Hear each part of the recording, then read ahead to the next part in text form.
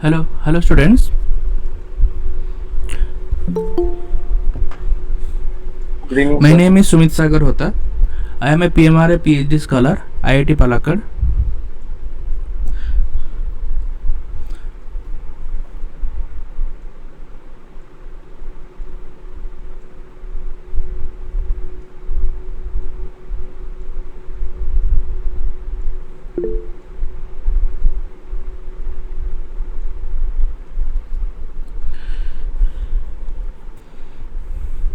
Today we will discuss some of the questions related to the lecture 1 to 5 by Professor Ashok Desai, IIT Kanpur, of the subject Introduction to Airbreathing and Propulsion. Okay.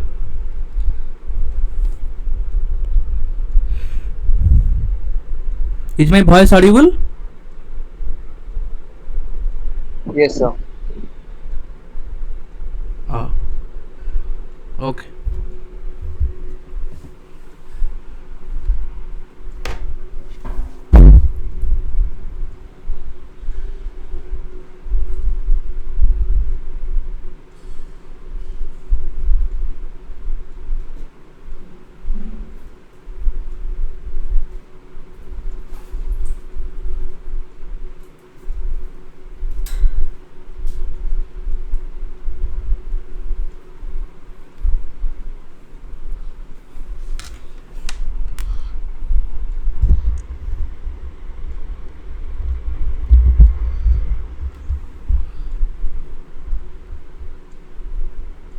Okay.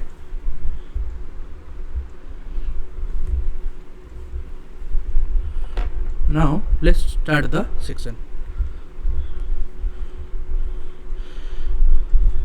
Okay, these are some prerequisites. You have to cover at least lecture 1 to 5 of the week 1. Okay, before coming to this section. Okay, here is solve some numerical problems as well as some MCQs. Okay, because first week mostly questions are related to theoretical, so for this first week we mostly solve the MCQ related theory based questions and some numerical problems. Okay,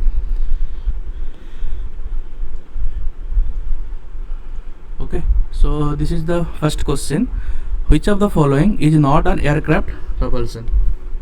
Okay, what I will do, I just read the question. Okay, then I just start writing the answers. Okay, if you know the answer, okay, also know, or if you don't know all the answer, no need to worry. Okay, anyway I will solve all these problems and things. Okay, it's just a kind of practice purpose. Okay, so that it will help you in your doing your assignments or in the subsequent weeks. Like for this this is for assignment 1. Okay, and also these questions are related to some maybe practical related questions, maybe for any entrance exam also these questions will help. Okay, so accordingly I will just prepare the questions so that it will help in both in your study as well as in your means entrance exam or like that. Okay, these are some simple questions because week 1 is not having any big things, only introduction part is there. Okay,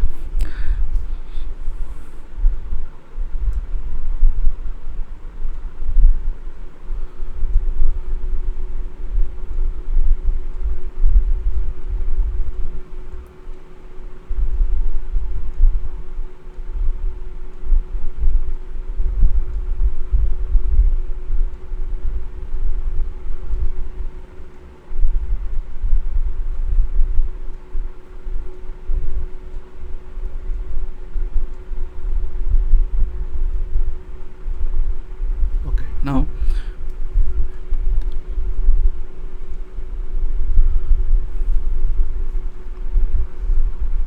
which of the following is not an aircraft propulsion system? Okay, the answer is very simple. If you want you can just make the notes with me. Okay, so that it will be easier. Anyway I will put all these videos recordings in my YouTube channel. You can search Sumit Sagar Hota. Okay, I will tell also at the last. Okay, still you make the notes so that it will be easy for you. Okay, So answer is A. This is high lift device. Okay. Why? Because this is used to increase lift produced.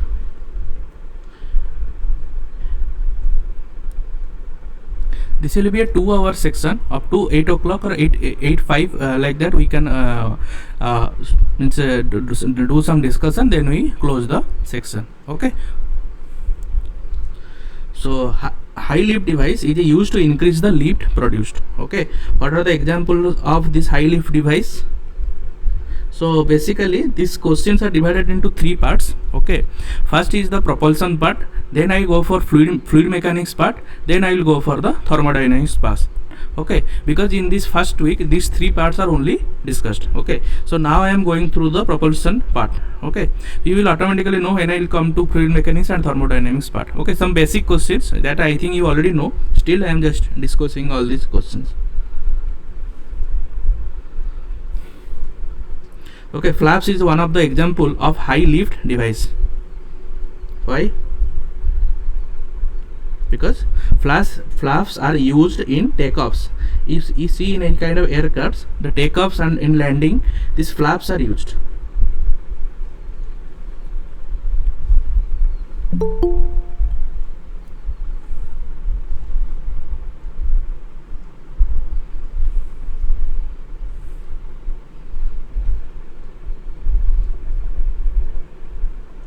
Okay, try to make notes because I have to solve lots of questions, so I don't wait for the you have to write. Okay, when you have to write, I don't have to wait because I have 36 slides to cover. Okay, so just write according to, means when I am just writing, just write it. Okay, and I think it's very simple. Okay, now let's go to the next question.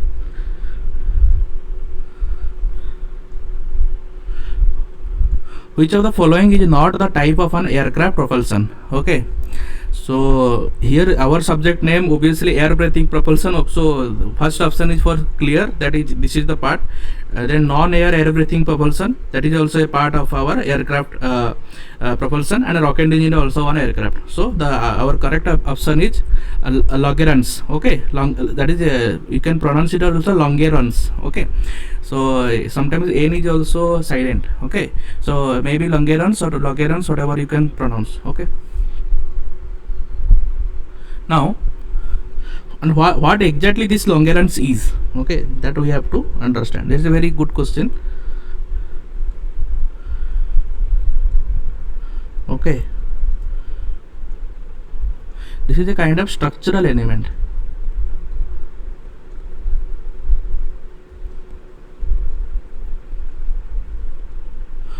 of an aircraft.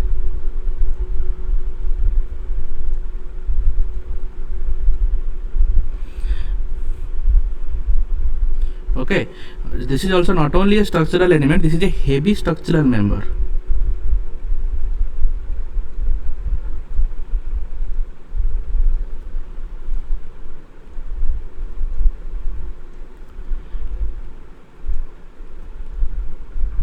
That drawn straight. What does it mean? Because it means that it prevents the bending. Okay, it prevents the bending of an aircraft. This is not a type of aircraft. This is a component, structural component or structural element in an aircraft. Okay, so this is our odd man out. Okay, so let's go to the next question. Which of the following is an advantage of the piston prop engine? Okay, now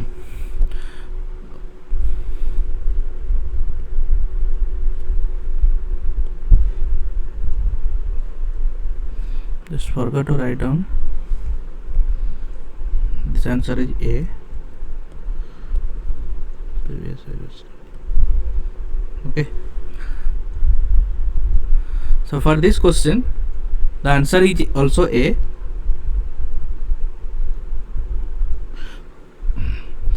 Okay, that is this piston prop engine is a cheap and low fuel consumption. Okay, best aircraft engine. Okay,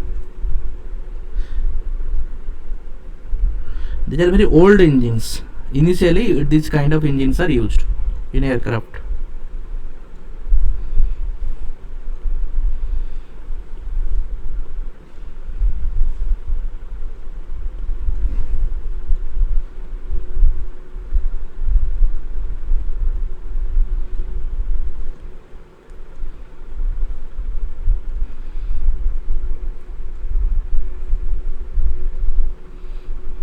This is also cheap. Okay, and low fuel consumption.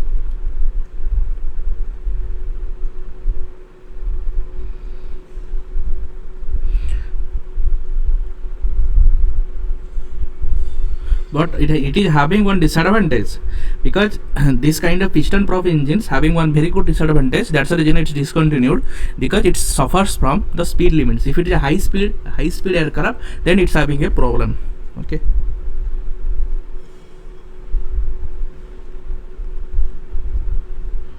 because of increase in drag.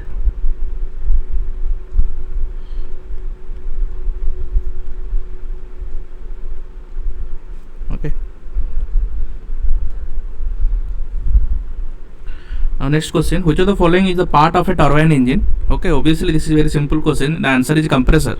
Okay, but that's if this compressor is not in the option, and other three options are there, then it's a bit confusing. Okay, and this question why I put, so that you will get to know what is flap, what is this aileron, okay, and elevator, which are all these things. That's the reason I put, because this is turbine engine compressor is a very simple answer. Okay, but still I put because I just want to tell you other parts. Okay,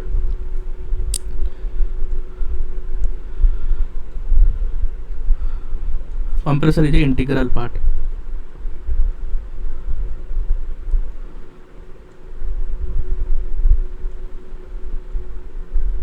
of turbine engine. Okay, and what is flap? That I already told. This is secondary control surface.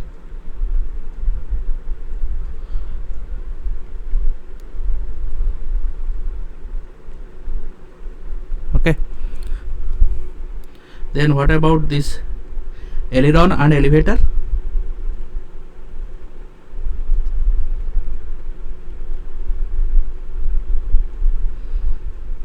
This is primary control surface, because in this one question you will get 2 or 3 question more. That's what the advantage of this one question. This one, not this one question why I put this, not only for only compressor. In one question 3-4 question or 5 question can easily made. So this kind of question may be asked in your exams.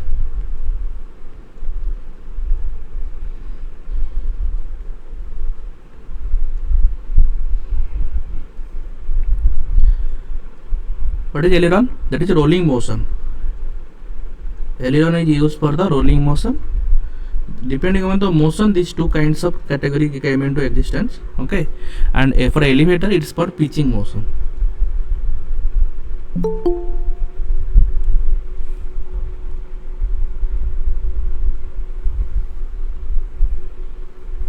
Okay, okay.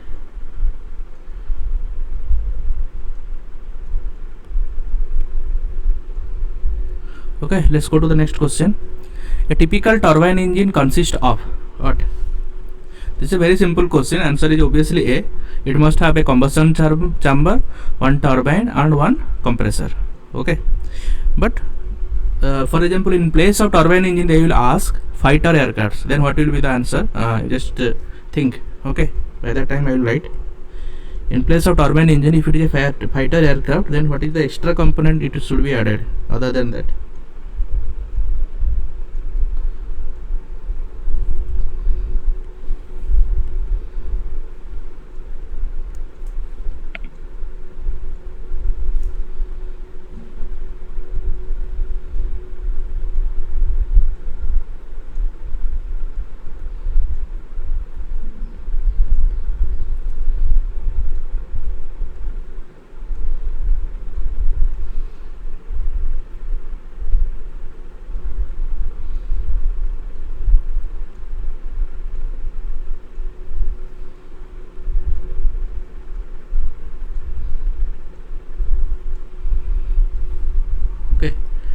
Now in place of turbine engine, if there is a fighter aircraft,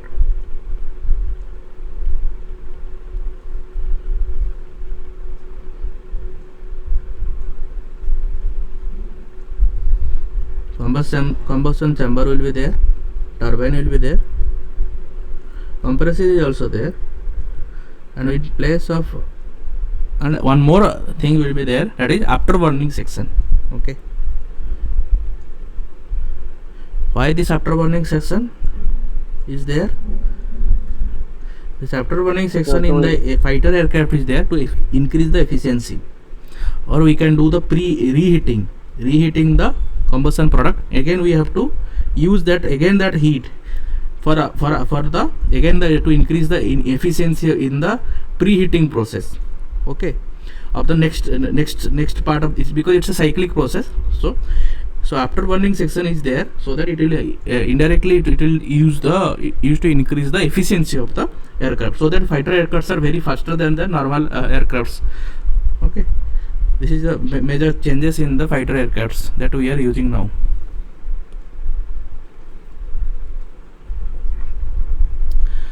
What is the function of a compressor? Okay, very simple question. To increase the pressure and temperature, it's the important thing of a compressor. If this is very basic question, but some people will make mistake, so I just put this question. Okay,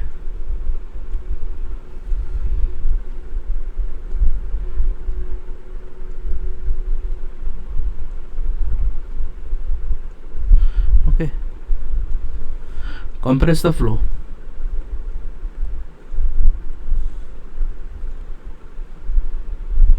Okay, and it will be used for increasing the pressure, and it will increase also temperature. Okay, so if pressure increases, that means if you see one compressor, if the pressure will increase, then obviously your what will be there, velocity will be decreasing. Okay, and how, if you want, then you have to go to the basic fluid mechanics. Okay,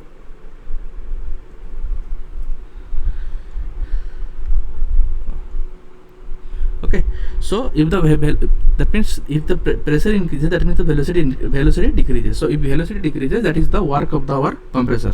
Okay, then it is connected to the turbine back through one shaft. Okay, so that will go through.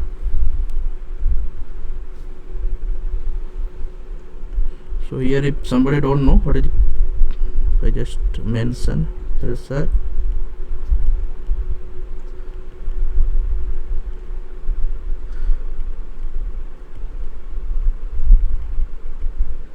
Okay, let's go to the next question.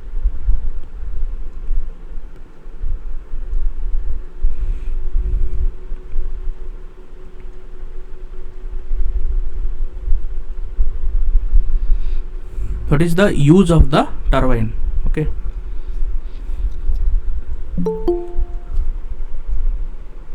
okay, turbines. Obviously the very good answer will be, what is the use of the turbine? Obviously it will be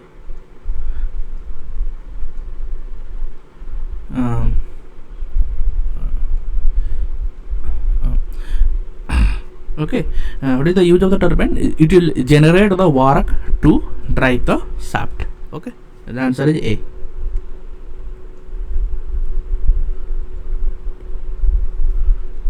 Okay,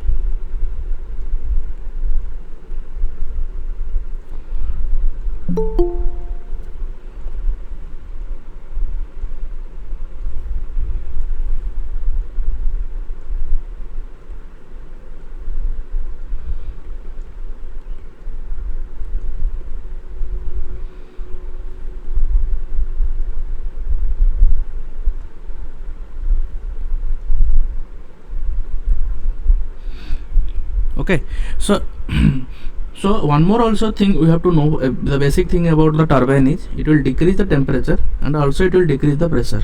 Okay, and whatever the combustion products is there, okay, their pressure also it will be also reduced, because the combustion products will come to our turbine. Okay, if the pressure decreases, that means the velocity should increase. Okay, and also one more thing, advantage of using the turbine is generates the work to drive the shaft.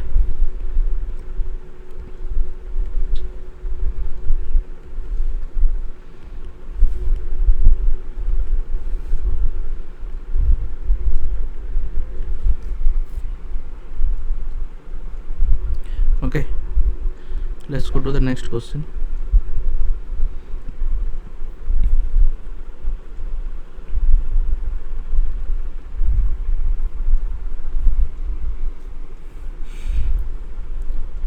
Okay, which of the following is correct? Okay, compressor consumes work produced by the turbine. Compressor produces work to drive the shaft. Compressor increases the velocity of the flow.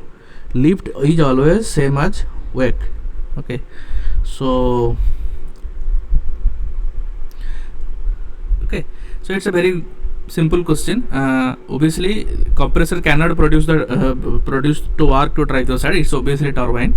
Compressor increases the velocity of the flow, that I already show you in the compressor. For compressor velocity decreases. Okay, so 2 option gone. Third option is lift always same as weight or wake, whatever. So it's not necessarily always. Okay, so 3 options gone. So the correct answer should be compressor consumes the work produced by the turbine. Okay,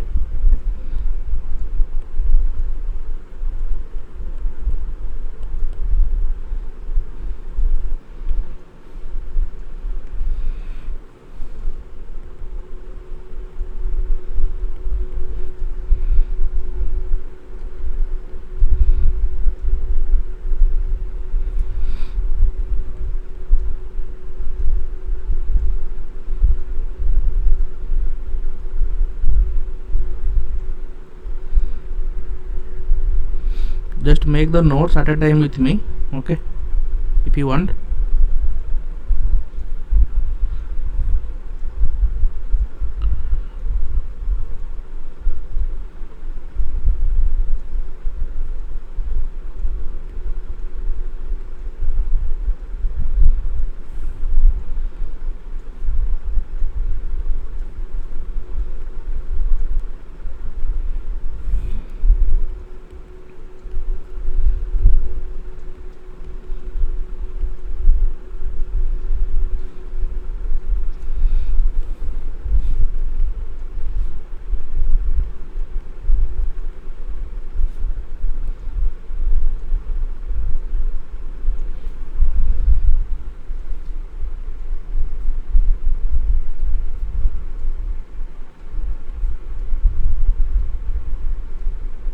It's not valid always. Okay, it's sometimes may be equal or may not be equal. Okay, so our option is A.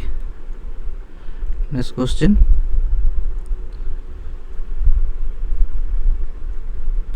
Which of the following is a type of compressor? Okay, so obviously the answer is very simple. It should be centrifugal compressor, but you may be confused that incline compressor are possible. Flap also, anyway you will get to know, I already discussed. Radar compressor, all okay, these are all just some different words they just given, okay, to confuse you. Okay, so the answer is always the centrifugal compressor. If it is a multiple choice question and single choice answer, you should very easily just in 1 second just put it centrifugal compressor. Okay, no need to think. Sir, Yes, yes please. then what is an incline compressor? Okay, so actually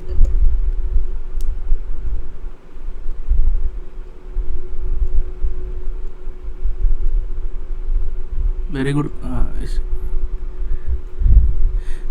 Actually the thing is there is no incline compressor. It's there, actually it's inline compressor. They just confuse you in word.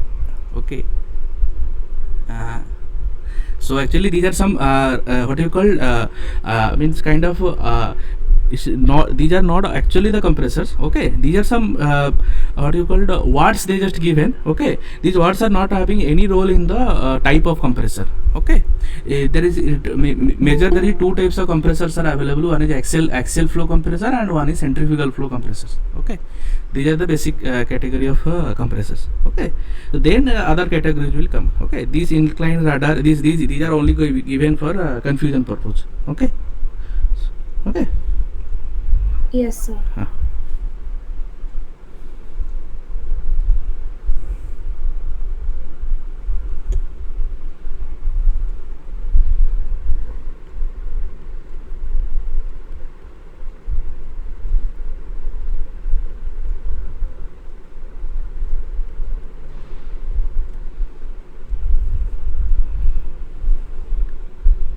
Okay, what is the centrifugal compressor?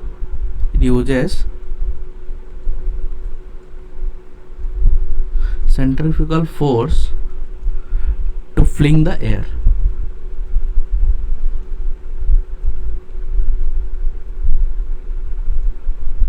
Okay, this is the centrifugal compressor.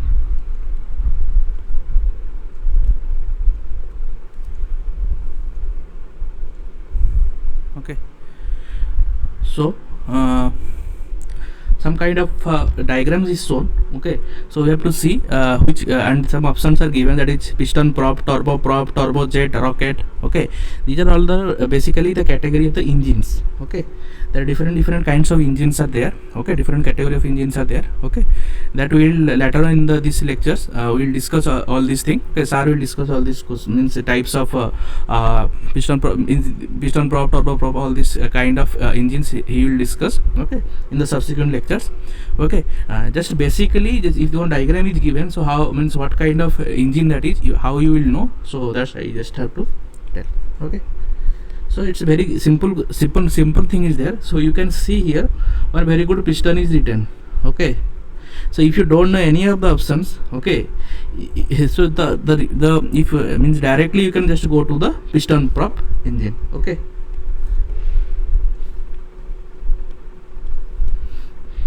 okay, so piston prop engines are very old engines, very old aircraft engines. Okay, so initially this kind of engines are used very widely. This kind of engines are used nowadays. This kind of engines are outdated. These are not going to use because of the very high air drag, which will and it is very bulky. So that's the reason this kind of engines are nowadays not used. But if you see old aircrafts, this kind of means structure you can easily find. Okay,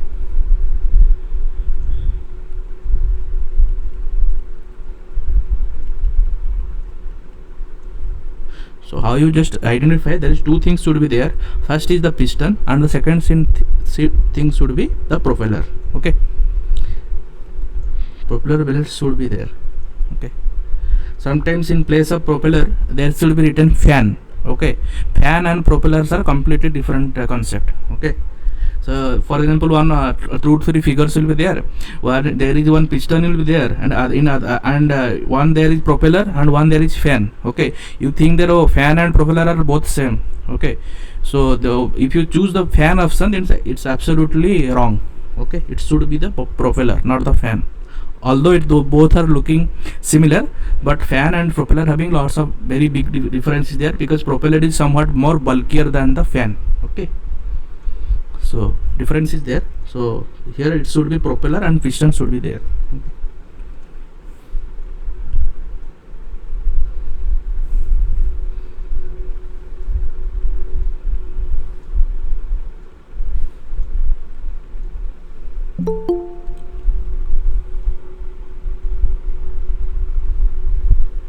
Okay, as I already told, it's very heavy and it's also very noisy.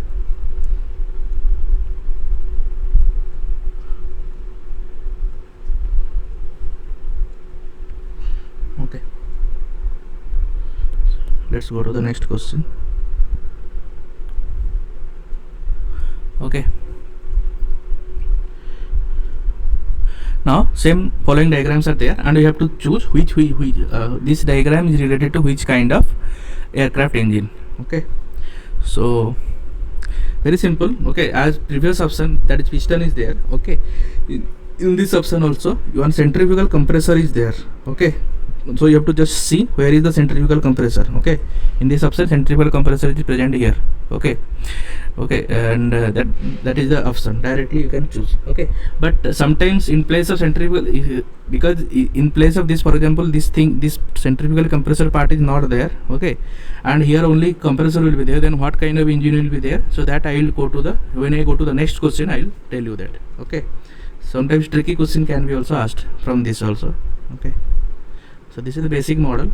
Okay, sometimes also like this centrifugal compressor I just write down, sometimes also it's not written also, only this geometry will be there. Okay, you have to identify this is the centrifugal compressor, what is the geometry of centrifugal compressor, you have to just identify this kind of geometry will be there. Okay, or sometimes this kind of geometry will be there, like this. Okay, okay, this kind of geometry will be there.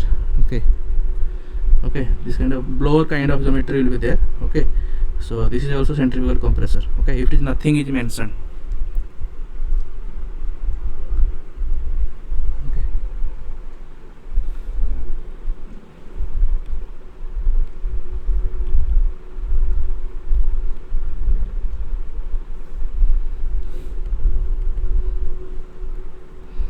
so answer is A.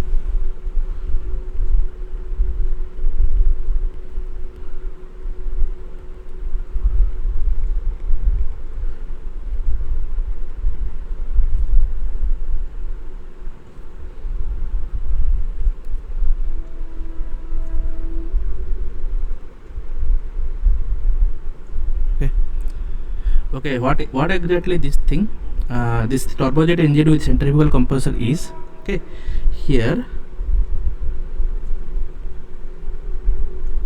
centrifugal force drive this engine. Okay,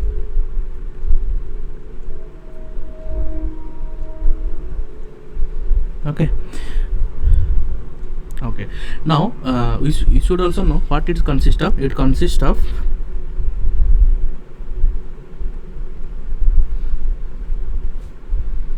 combustion chamber. CC means, always you remember combustion chamber, it's the full form never be written, sometimes it's written, and in place of turbine it's not written full turbine, sometimes it should be written T for turbine, and compressor for maybe it's written centrifugal. Okay, and there will be one C will be written only, C for compressor.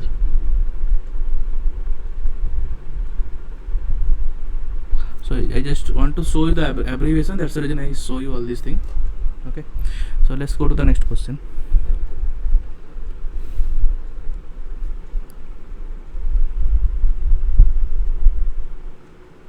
Okay, same following diagrams represents what? Okay, okay, now you see in the previous diagram and this diagram is completely same. If it is not written centrifugal compressor, you see here one compressor is there, one combustion chamber is there, and one turbine is there, and here you also see one compressor is there, one combustion chamber is there, and one turbine is there. Okay, if in the same question, if I have to trick you, I don't write centrifugal compressor. Okay, so I just have to, yeah, correct answer only. Yeah, it's obviously turbojet. Okay, so now so that's the only trick between this, means if two questions they want to trick you, they can very easily trick you. Okay, so if there is only compressor and combustion chamber and turbine is there, so just directly would choose the option turbojet.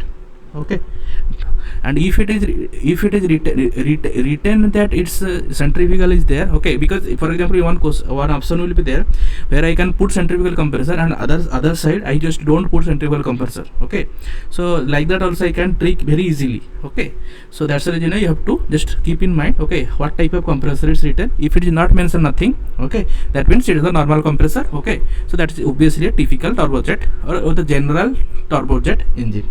Okay,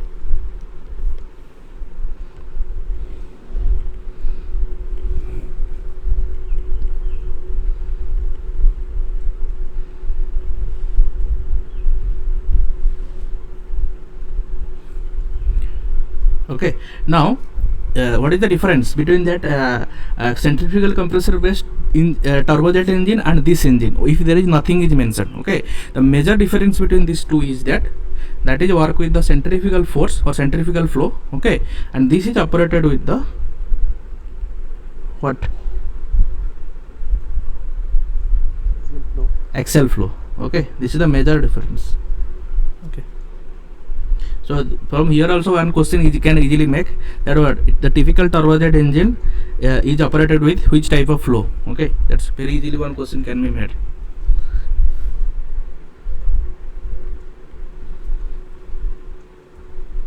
Okay, this consists of one compressor, one combustion chamber and one turbine. Okay,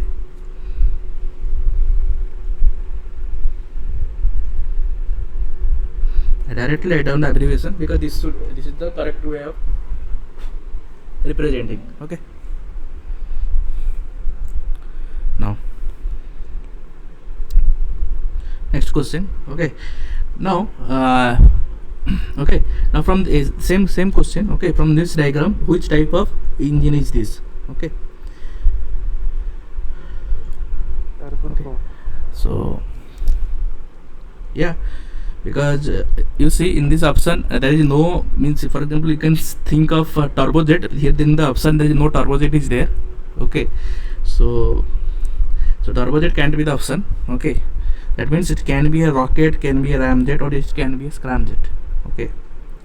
Okay, you see one thing also I tell you in very initially. Okay, here in this engine what is there here in this engine, the major catch is the piston. Okay, so we just tell what is the name of this engine. We told piston prop.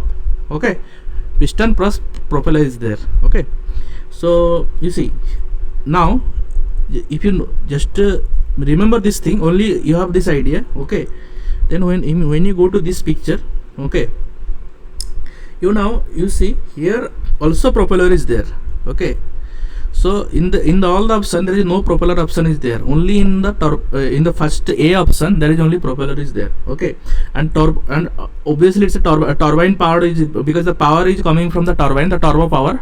Okay, so because turbine is used for the what, driving the shaft of the compressor. Okay, and it is how it's connected. It's connected to through one gearbox. Okay, so that you can increase the power of the engine. Okay, because you also maybe know in the theory of machine you can have the different gear ratio to increase the power of the engine. Okay, so this is what the basic concept of the turboprop engine. Okay, so the answer is turboprop.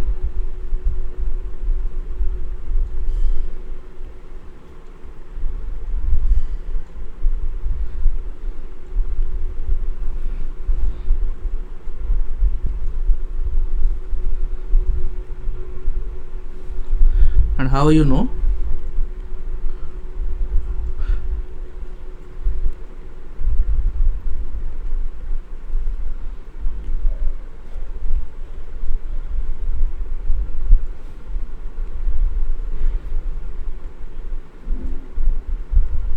Propeller is connected to turbine via gearbox. Okay.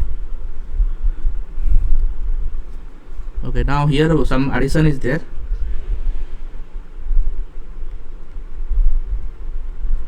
Consist of propeller. Okay, sometimes propeller is represented as PR because if we write down small only P, that is pump. Okay, so that's the reason maybe sometimes it's represented as PR also, propeller. Okay, then gearbox. G also can be mentioned, but I just write down the full. Okay, then our combustion chamber, compressor,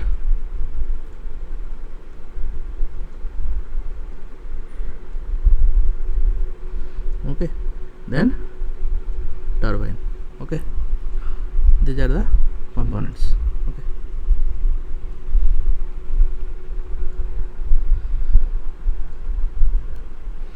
okay, in case you don't know, I just write down. Okay, whatever.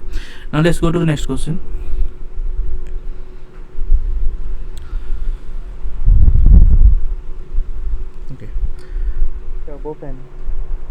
Now, okay, so again from this engine we have to see which kind of engine is this. Okay, so now here in this engine you see compressor is there, combustion chamber is there, and turbine is also there. Okay, so what is the one extra component you can see? Okay, that is the fan. Okay, so here one fan is there. Okay, sometimes it's also not mentioned any kind of fan, only one straight horizontal bar will be mentioned like this. Okay, that you have to know this is fan, and some kind of this kind of structure will be there. Okay, this is your propeller. It's not necessary that they will mention everything. Okay, so from there you have to understand. Okay, from the only figures, don't wait, means prepare for worst situation, so that if it's also mentioned it's a very good thing. If it's not mentioned also you can very easily access. Okay, so basically the answer is because it is powered through the turbine, okay, and one fan is also involved. So this is the type of the aircraft engine is this is the turbofan. Okay,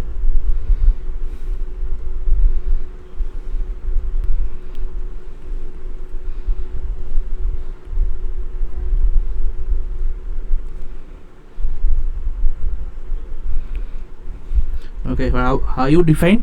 Okay, the fan, one fan will be there, okay, which is mounted at the inlet, not at the outlet.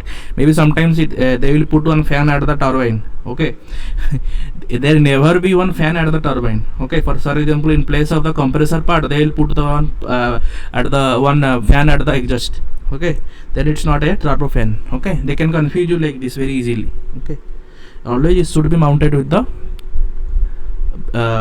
compressor, because if it is mounted to the turbine, then compressor is not going to provide power to the turbine. Okay, turbine will give the work to the compressor. Okay, so that's what the idea. Okay, so it can't work in the reverse way. Okay,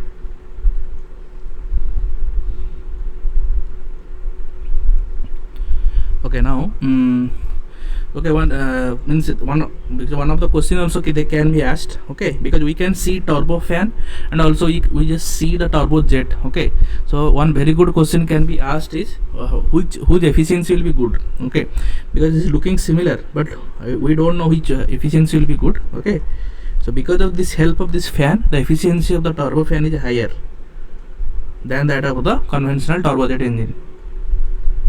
So now you also understand that what is the importance of this fan. Okay, propeller is decreasing the efficiency, fan is increasing the efficiency. So fan and propellers are different concept.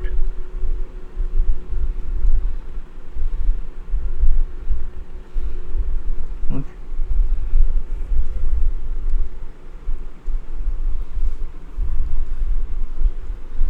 Next question. Okay, now I think it started the fluid mechanics part.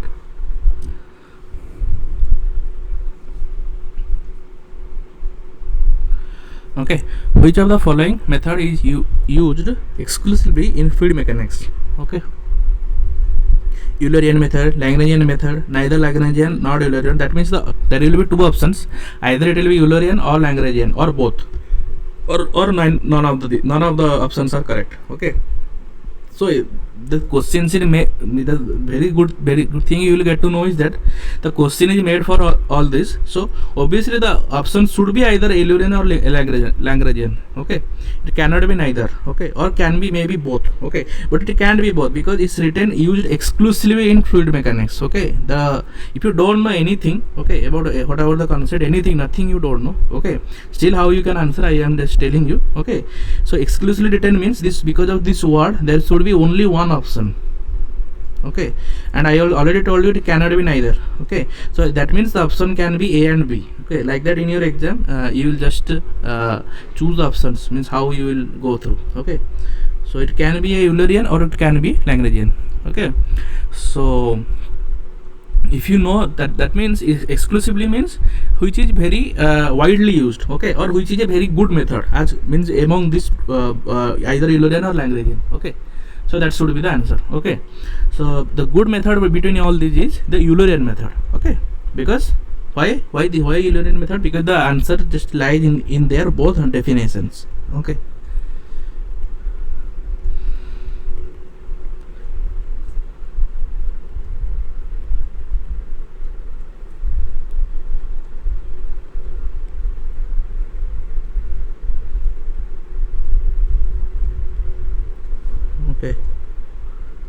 Okay, what is Eulerian method?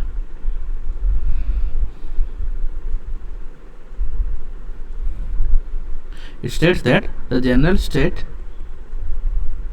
of motion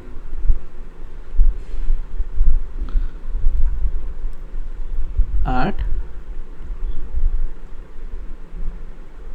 various points in the fluid system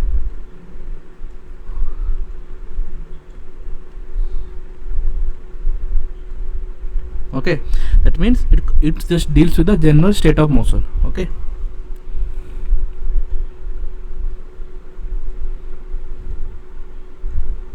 okay, and if you go for Lagrangian method,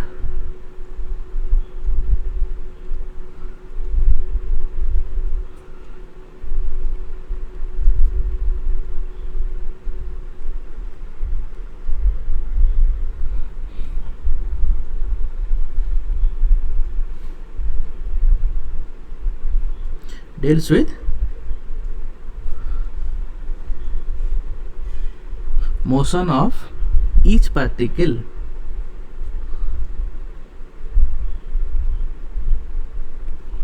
okay. So one method is there which is just deals with the motion of the each particle, and one method is there which just deals with the general state of motion. Okay, so which one will be easier to get? Both methods are having importance in different areas. Okay, Lagrangian methods are used when you want to, for example, you want many bulk particles are there. For example, you want to analyze one particular person and particular particle you want to analyze how that one particle is moving. Okay, then you want to analyze that. Okay, then these Lagrangian kind of methods are used. Okay, for example, in your blood flow is there. Okay, and in blood flows one different foreign particle is there. Okay, or maybe some virus is there or something is there. Okay, and you want to just track that particular virus. Okay, and then you have to apply the fluid mechanics concept. Okay, then this Lagrangian method will be useful. Okay, but for example, you are having one pipe flow is there. Okay, one pipe flow is there in your tap or in any of the industries, the one pipe flow is there. Okay, so in that kind of concept, okay, you don't care about means what one water particle is going through. Okay, you just want to see what is the flow rate of the means in your pipe. Okay, is it low or is it high, or is coming water is coming or not. Okay, so that's what the idea. Okay, so in general case, mostly we just use the Eulerian methods. Okay, so that's the reason I just it's write down which of the method is exclusively used in the fluid mechanics concept. Okay, that is the Eulerian method. It's not like that. Lagrangian method is not used. It is also used. Okay, but it's not that much exclusively used. Okay, so that's what the idea. Okay, so answer is A. Okay, next question. Okay, stagnation point is the point in the fluid mechanics where the velocity of the fluid at that point is what? Okay, very simple. Stagnation means zero. Okay, stagnant means it's in the English word. If you just see the meaning of what is stagnant, that means it's zero. Okay.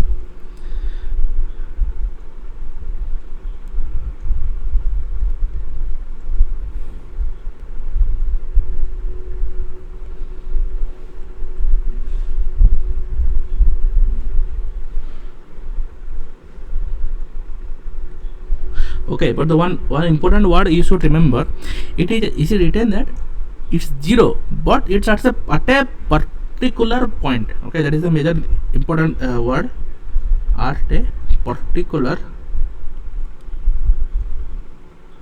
point.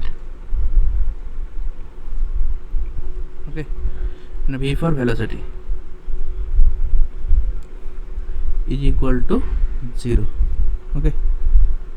Okay, what is one example you can tell of stagnation point where you can very easily see the stagnation point is there? Okay, a very good example is any fluid surface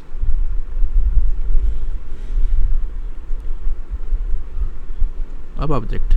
Okay, any fluid surface is always at the stagnation point. Okay,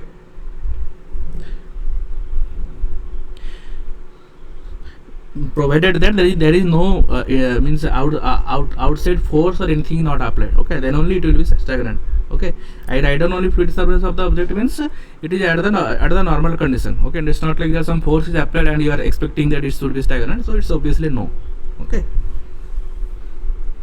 so the answer is D.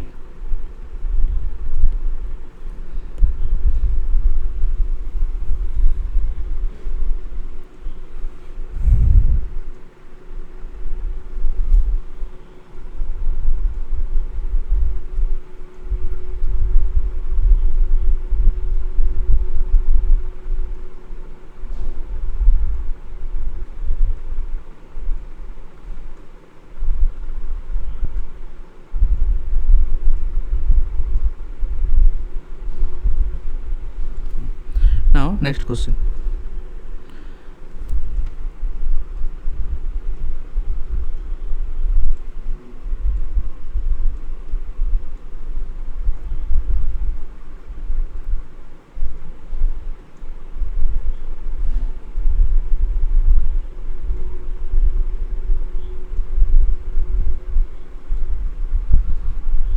Okay,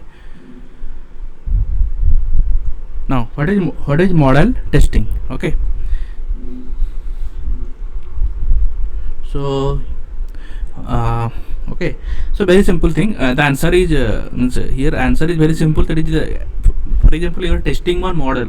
Okay, there is one prototype, means there is two things will be there. One is prototype and one is the model. Okay, so before going for your prototype, you first you have to make one model. Okay, in any kind of fluid mechanics concept, if you see any kind of fluid mechanics flow, for example you are just analyzing one flow of one F1 racing car. Okay, if you are going to practically make this F1 racing car, then it will be nearly means crores of rupees will be there, or maybe billions. Okay, so if you make the car and again test it, and if you found the result that whatever you have the design, it's absolutely wrong. Okay, then there is no use of making this whole car again. You have to modify, again you have to change these things. Okay, so again you have to change the aerodynamics, all these things. Okay, so that's the reason we just always go for the model testing. Okay, we just make one small toy car. Okay, small toy car kind of dimension of that same specs of the F1 racing car. Okay, small toy car we can just model. Okay, then we just means we just apply the fluid flow. Okay, and then we just see the whatever results we need, how much is drag, how much is the lift. Okay, whatever the aerodynamics we have to modify. Okay, so that's what the idea. Okay, so now the next advanced version is this model testing can be done in the means this model testing is good. Okay, this model testing can be done in our softwares. Okay, different kind of softwares, fluid flow softwares are available. Like one is your ANSYS is very widely used. Abacus can be used. Okay, OpenFOAM is there. Okay, ANSYS CFX, ANSYS Fluent. Okay, all are different kinds of. One is Unigraphics is also there. Okay, so in SolidWorks also you can also analyze this flow. Okay, so that's the reason we first design the things. Okay, then you analyze the things, then you have to make the models, then we go for the prototype. Okay, that is what the basic idea of going for any product design. Okay, in the fluid mechanics problems. Okay, so that means whatever we are doing, what exactly we are doing in all these things. Okay, we are just increasing the efficiency of the product, or we are just increasing the performance of the product. Okay, means whatever the product is there, for example on F1 racing car is there, so we are just improving its performance.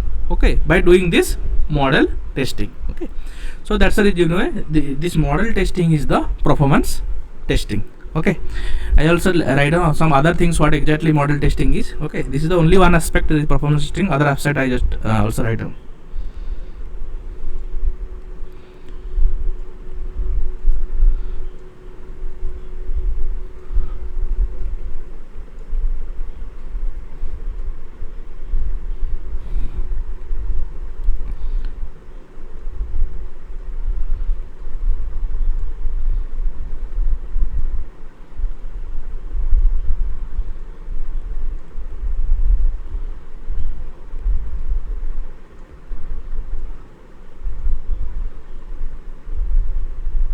Okay, model testing is the process to study the complex fluid dynamics. Okay, that means this kind of complex geometry like your F1 or Singer like that. Okay, it's not necessary that kind of, like, for example, one fluid flow in the pipe is there. Okay, pipe is a very simple concept, but the thing is, when there will be lots of bends will be there, and in different angles of bends will be there, not necessarily 90-degree bend, maybe 70 degree, 60 degree, 50 degree, any kind of bend is possible. So then it is a complex problem is there. Okay, so in this kind of concept, this kind of geometry can be used. Okay, this is also valid for the any kind of aircraft testing. Okay, for example, you are modeling one turbojet, so means any turbojet engine or any kind of engine, so you obviously need this model testing first, then only you go for the your prototype.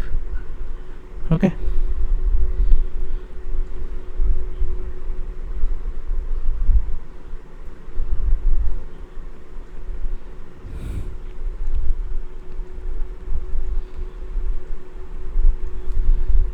it will test the model after a standard scaling. Scaling is important. I told na, one for example, one real F1 racing car is there, and you just make one toy car. Okay, so there you just need the standard scaling. What is the ratio of your what is the ratio between the original dimension and your model dimension? Okay, original or the prototype dimension. Okay, so scaling is also required. And I already told that it is a kind of a toy car, so obviously you know that.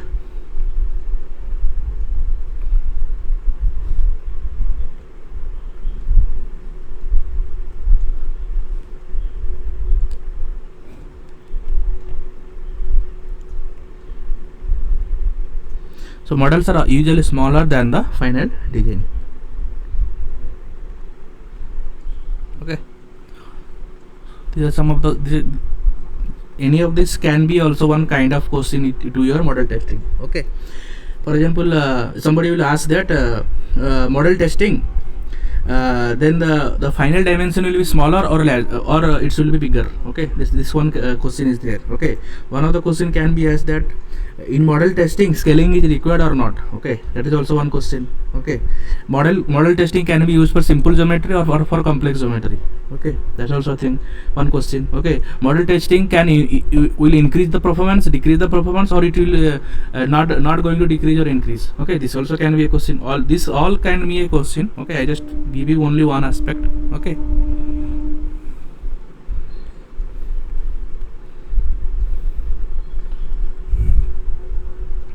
okay, now when fluid is subjected to one resistance, it undergoes a volumetric change due to what? Okay, that means fluid is going through one resistance and it undergoing some volumetric change. Okay, and you know very well one thing, if one volume is changing, okay, volumetric change is there, that means what? Either it's there will be one expansion will be there, or there will be one compression will be there if there is volume is changing. Okay, there is only two options. Okay, so obviously this cohesion, strain, adhesion, these are not going to means encounter, because there you need some what, this cohesion, adhesion, you need some solid surface or kind of thing. Okay, so the correct answer should be, if there is a volume change is there, that means it's a compression, or it can be expansion. Okay, so that's the reason. So from the option you can very easily see the answer is C. Okay, which is compressibility. Okay, what is the compression and compressibility? Okay, compression means volume means for example, one body is there, one piston cylinder arrangement is there, and there one pressure is applied. Okay, so that is the compressor. Okay, and a compressibility is different thing. Okay, because of compressibility pressure increases, correct? Okay, but compression and compressibility are different, because compressibility is a property. Okay, compression is the one action.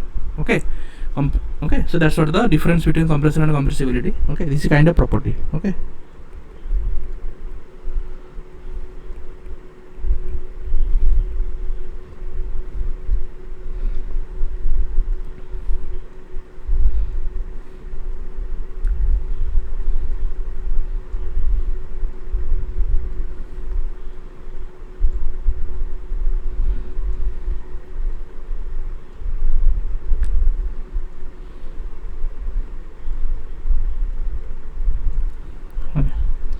so what is the other name of compressibility?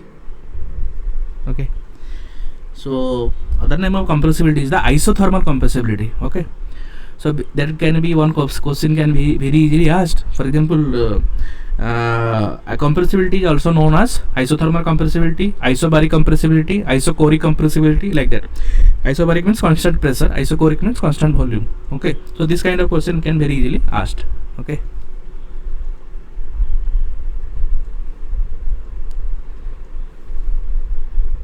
And why isothermal compressibility?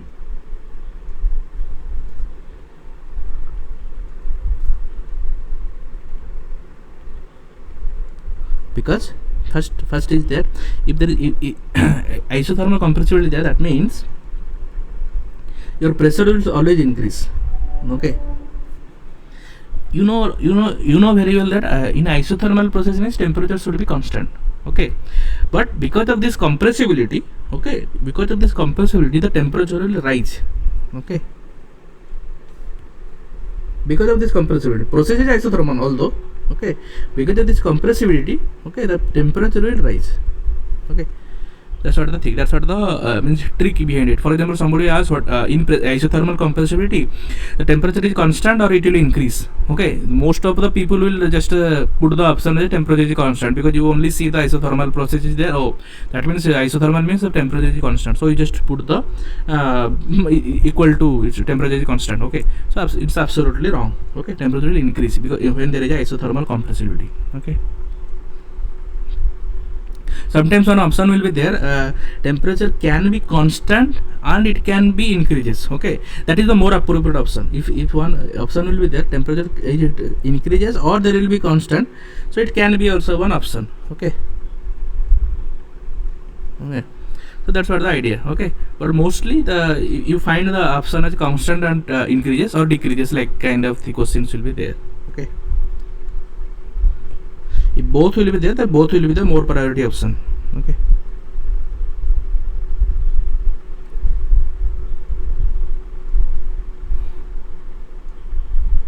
okay, next question.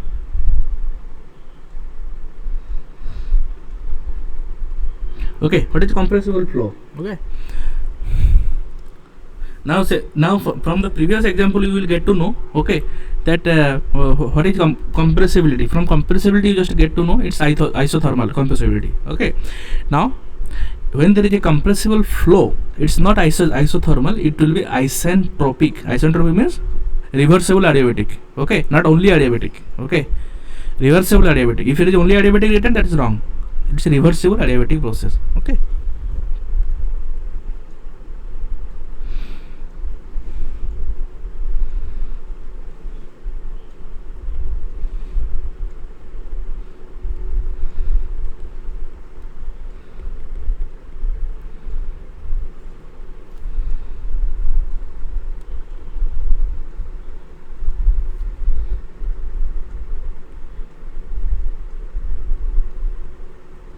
flow is isentropic only.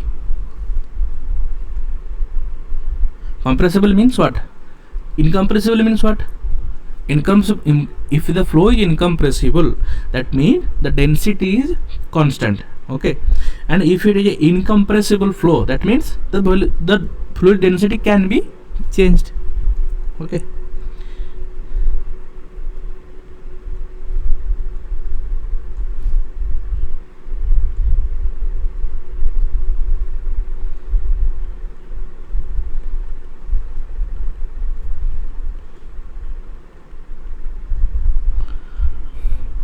and this compressible flow mostly used in which kind of studies? Okay, it mostly deals with the gas dynamic study. Okay, if you will take the gas dynamic course, then you will obviously know this. Mostly this gas dynamic study, this kind of compressible flows are there. Okay, where it just deals with the different kinds of normal shocks. Okay, and oblique flows. Okay, oblique shocks. Okay, all these things are there. Okay, now shock wave. Okay, all these kinds of are there in this gas dynamics course. Okay,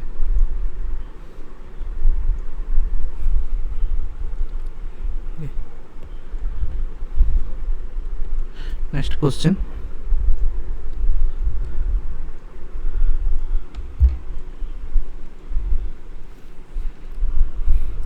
Now, principle of fluid mechanics works on the utilization of what? Okay,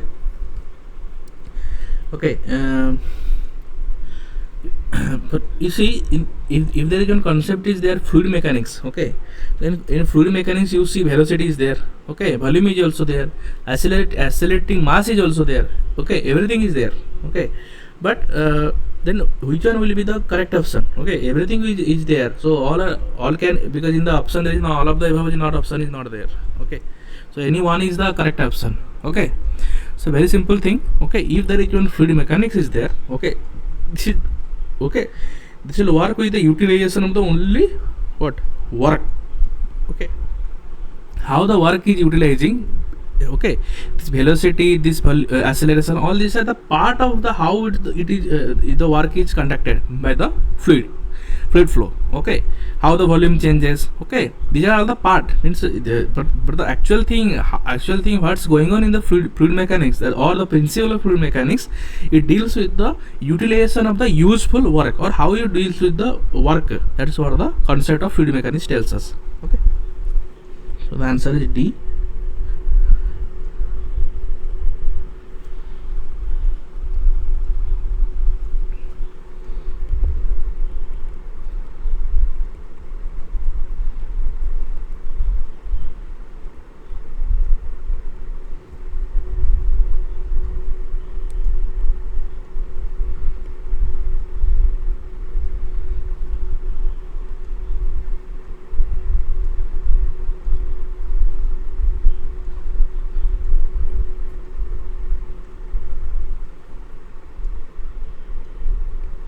Utilization of the useful work.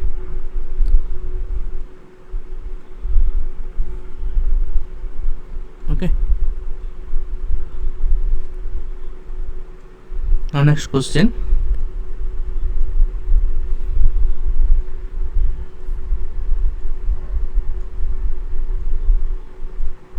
Okay, so pressure variation for a compressible fluid flow, okay, is a maximum for which of the following kinds of process. Okay, so now pressure variation for the compressible fluid flow. Okay, so now in the concept two things are there. One is pressure. Okay, one is compressible fluid flow. Okay, compressible fluid is there. Okay, and it should be maximum, that means it will increase. Okay, and which kind of process, we have to find out the which is the process. Okay, I already told this answer. Okay, how I just show you. Okay, in the previously I already show you the answer. Okay,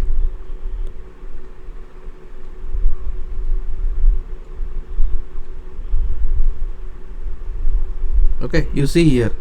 Now in the compressibility, okay, I just discussed is kind of isothermal compressibility. Okay, compressibility, only compressibility is also known as isothermal compressibility. Okay, so and when there is isothermal compressibility, the pressure will increase and the temperature will increase. Okay, that means the pressure is the maximum pressure.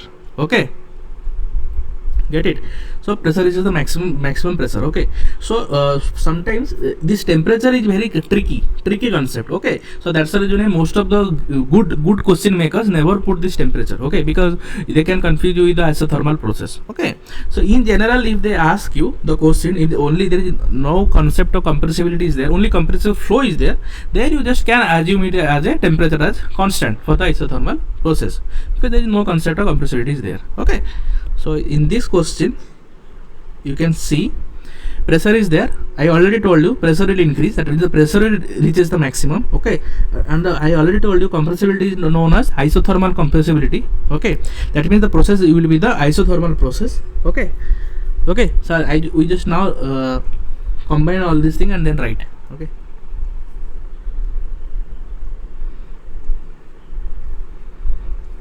Okay, the answer will be C.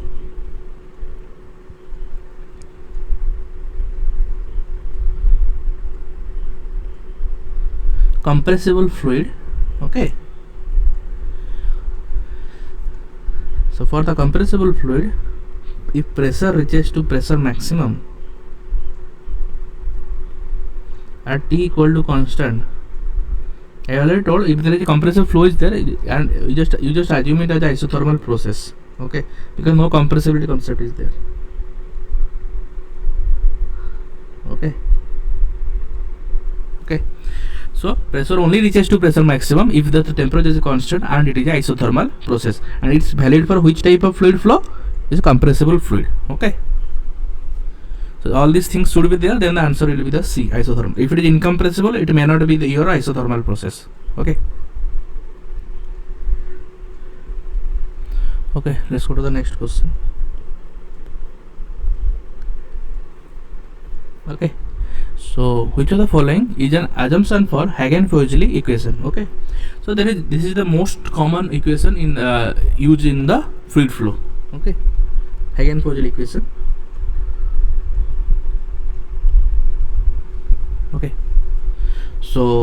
Okay, so Hagen-Poiseuille equation is, first of all you have to know what is Hagen-Poiseuille equation and where it's just used. Okay, this kind of equation, here only one means only one assumption is there. Okay, that is not correct. Okay, there should be other assumptions. I will tell what exactly this Hagen-Poiseuille equation.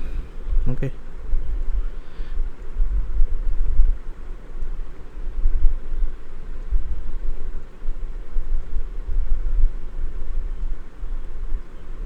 Okay, the Hagen-Poiseuille equation, what are the assumptions are incompressible, laminar and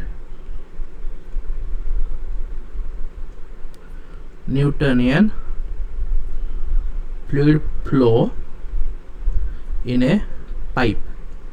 Okay, so here in the option, whatever the option is there, okay, only laminar is I think there, so the answer is obviously B, fluid is laminar. Okay, and if it is mentioned compressible Hagen-Poiseuille equation, okay, so then they are already mentioned compressible, so it is a compressible flow. Okay, so they have to mention. If they don't mention anything, only written Hagen-Poiseuille equation, then you have to assume all these assumptions. Okay, incompressible, laminar and Newtonian fluid in a pipe. It's a kind of pipe flow. Okay.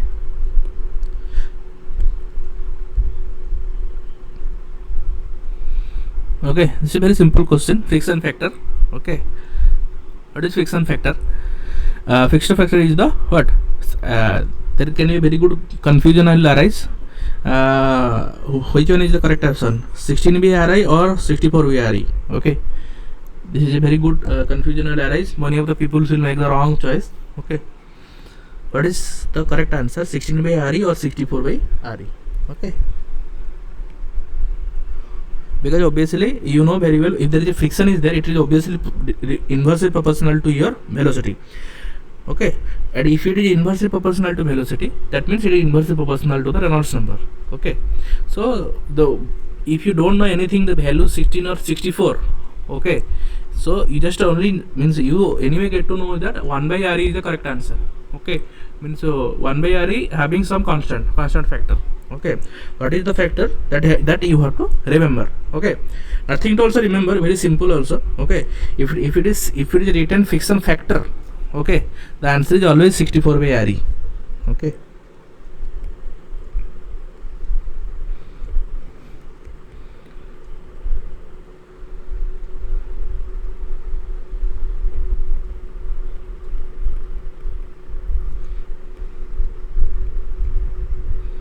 for the circular pipe,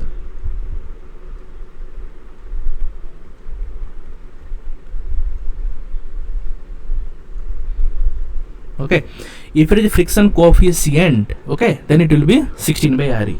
Okay, that I am not writing. Okay, that you should also remember. Okay, if it is friction coefficient written in place of friction factor, okay, it should be your 16 by RE. Okay, that's the reason sometimes. Could you explain how did we get this friction factor?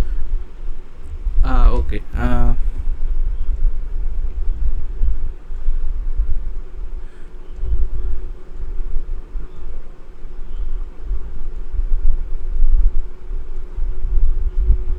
Okay, so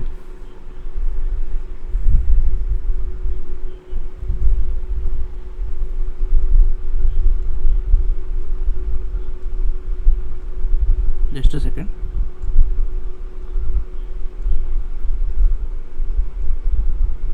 Okay, so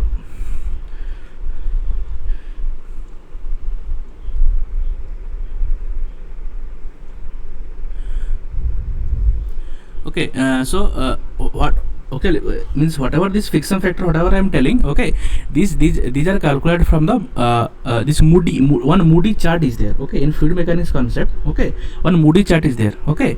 So there we just found out that this is the friction factor for the circular pipe, and the formula is 64 by RE, okay.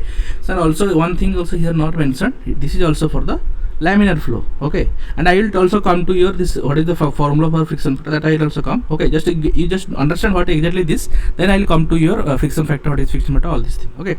So this is taken from the Moody's, okay. We can tell it one scientist named Moody, okay. So We is can, it a experimental value? yes, exactly, correct, okay. Okay. These are the experimental he just found that the for the laminar flow, okay, for in a pipe, okay, if one laminar flow is there, you know very well what is the Reynolds number. Reynolds number is less than 2100, okay, or sometimes 2300 will be there, okay. So there he just found that this is the formula, or this is the expression for the friction factor, okay.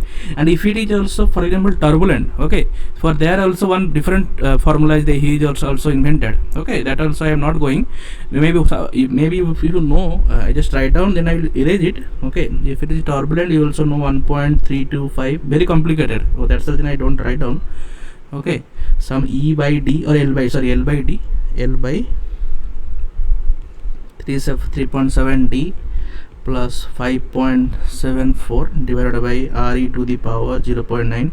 When this kind of expression will be there, you just get to know that these are not the actual expression, these are all means empirical expressions, okay. So this is for turbulent flow, okay.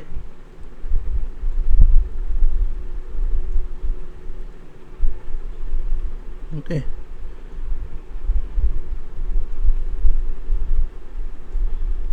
okay. So this is what the case, okay. So so L by D, that means it is from greater than 2100, okay. So that's what the idea, okay. Actually this is not our part of the things, means out of the syllabus actually this is, so I just erase it.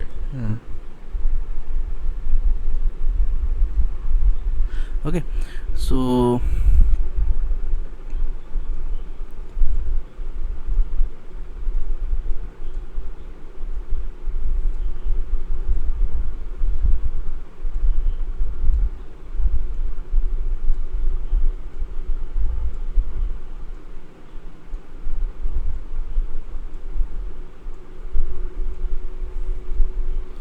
okay, so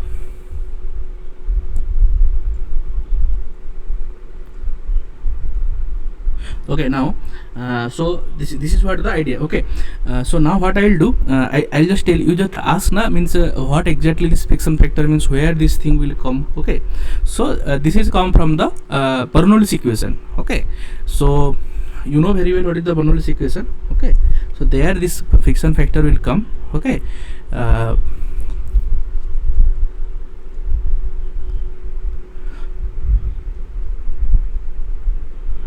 Okay, so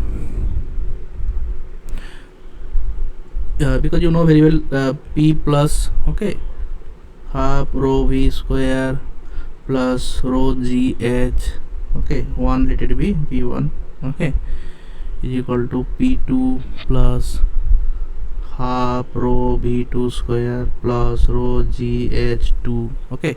So like that something is there, okay. So there if you just means analyze, okay, means some derivations are there, that's also very big derivations are there, okay. So there if you do just derive it, okay, so there you get to know the friction factor, okay, or coefficient of friction, whatever you can, means there can be different expression, okay. If it is a circular pipe is there, okay, so there the friction factor expression should be 2D, D means the diameter, okay, rho V square L, okay, L is the length, and this is the delta P is equal to P2 minus P1, okay. So this kind of some expression will be there. There also some assumption we have to apply, okay.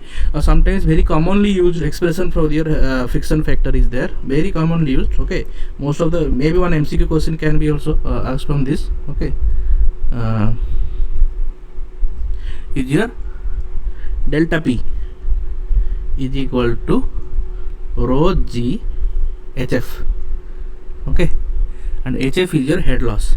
Okay.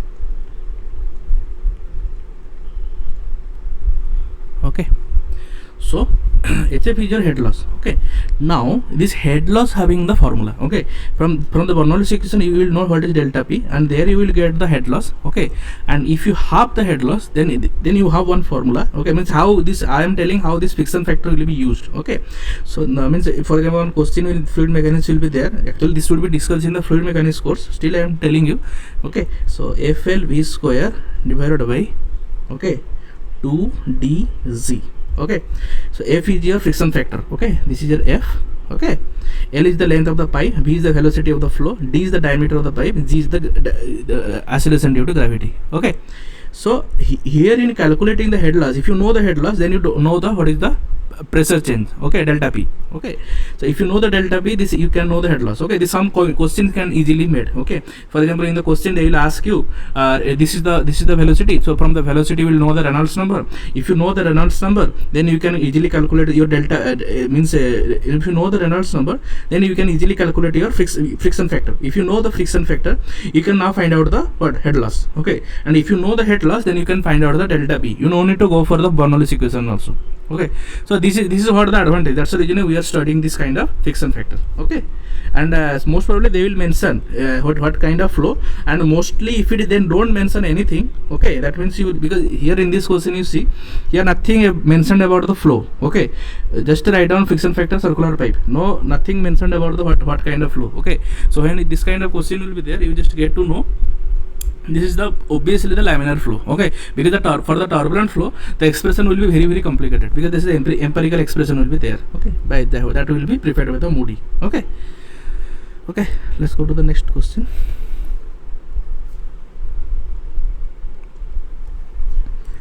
Okay, which of the following is the mathematical technique used to predict the physical parameters? Okay, so very simple.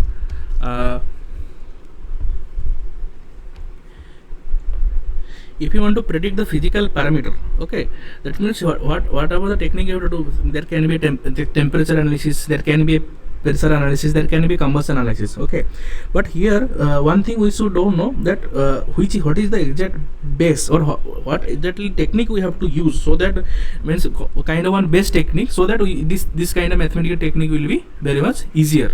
Okay, for any kind of physical parameter. Okay, means for example one extensive property is there. Okay, how you will just define one simple parameter to define one very high or very complicated property. Okay, so for that thing we will use this one very good technique which is called dimensional analysis. Okay, that I think you will know what is dimensional analysis. Okay,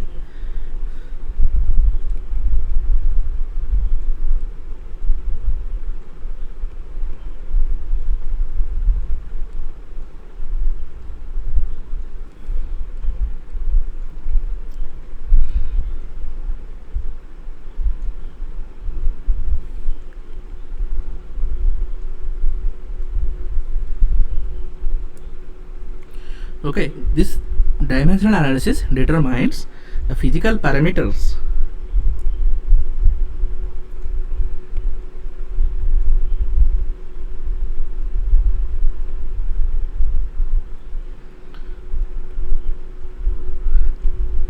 that influence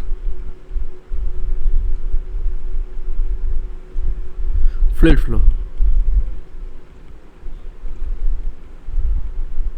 Okay, so that means this is a kind of physical parameter that influences the fluid flow. Okay, we will determine our fluid flow. Okay, what are these some physical parameters? Okay, these physical parameters are based on some fundamental units. Okay,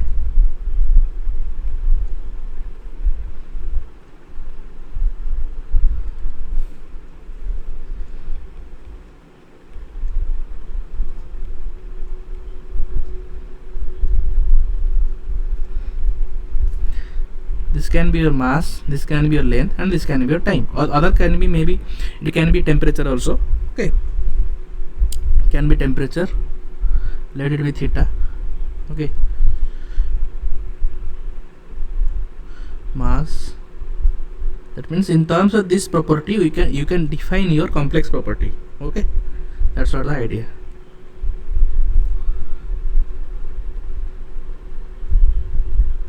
Okay,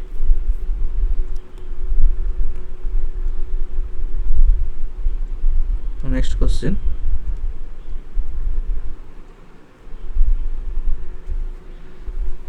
Okay, now which among the following have the same forces acting on them? Okay, that means you have to see one different kind of similarities are there. Okay, geometric similarity, conditional similarity, kinematic similarity. Okay, all this similarity one full one chapter is there in fluid mechanics. There we study all this thing. Okay, so this I just want to tell you this what I exactly this means when there is a force will come into existence, just directly you just write down the it should be the dynamic similarity. Okay, that's what the idea. Okay, so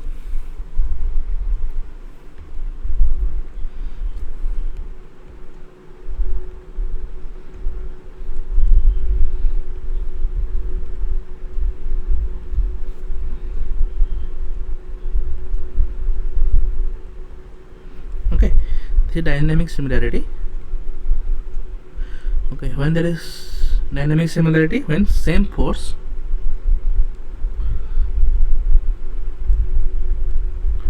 acting on fluid particles.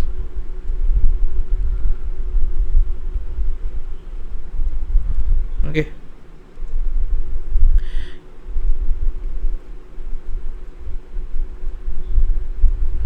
okay, so that means if the same force acting on the fluid, that means what?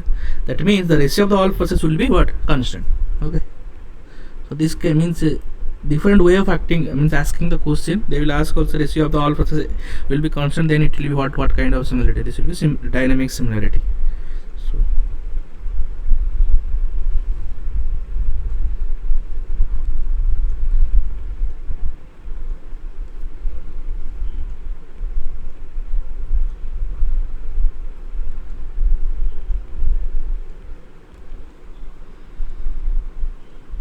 or acting on the boundary surface. Okay, there can be two options. One is only acting are constant, and one is acting on the boundary surface are constant. Both are correct. Okay, and I think more if there is two option will be there and there will be multiple choice question, the more appropriate option will be the acting on the boundary. It is the more appropriate option.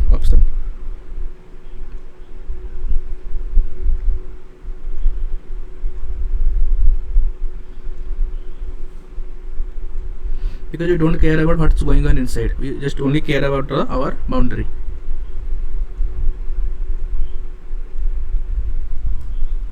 Because we are doing our macroscopic analysis, not the microscopic analysis in the fluid mechanics. Okay, okay, now I think fluid mechanics part is over. Okay, now we just jump to our thermodynamics part. Okay,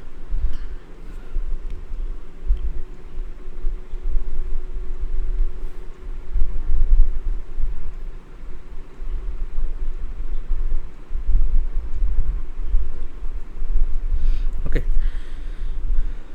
now one simple question. Okay, if a piston cylinder with a cross sectional size 0.01 meter square is resting on the stop, that would be what should the water pressure be to lift the piston with an outside pressure of 100 kilopascal.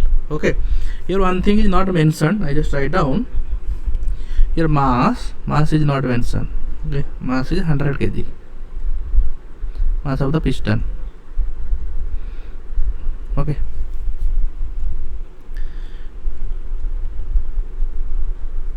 so just write down what are the things given. Area 0.01 meter square. Peanut is your what? Piston with an outside pressure of 100 kilopascal. Okay,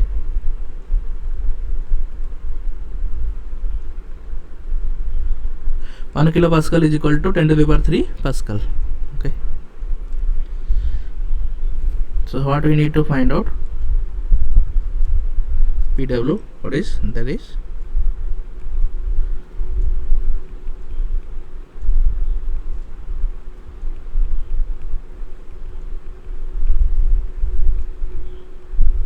water pressure to lift the piston.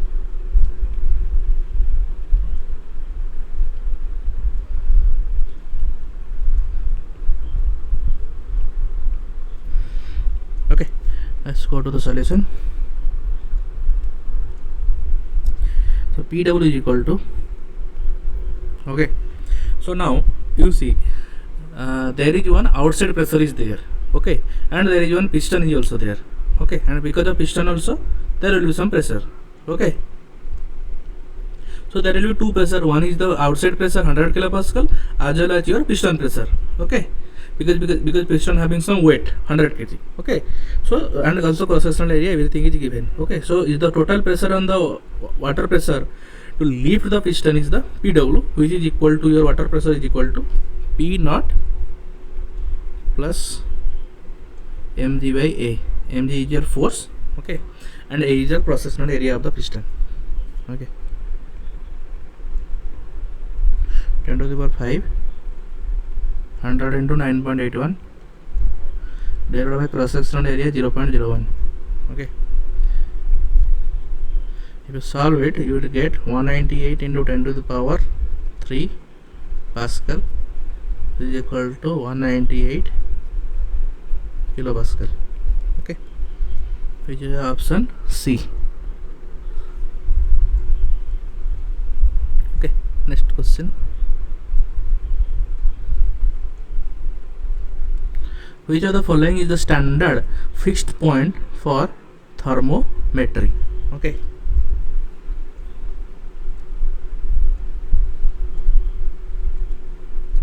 So you see, when there is a fixed point, it came into existence. Okay, standard fixed point. Okay. So remember always it cannot be stagnation point. Okay. So fixed point means you have to be assume it as a parameter. Okay. Which will deals with your means what is fluid property, okay. So that's what the thing, okay. So very common fluid parameter which will deals with all kind of fluid property is your triple point, because triple point also it deals with the steam, evaporation, sublimation, all these things are came into existence in your triple point, okay. So triple point of water, it can be any triple point. If it's only mentioned triple point, that's exactly the correct answer, okay. It's also mentioned means for confusing purpose they just mentioned triple point of water, okay. So that's not the thing, okay. And most commonly we use water, so that's the reason why in general case they just put as water, okay, for confusion purpose, okay.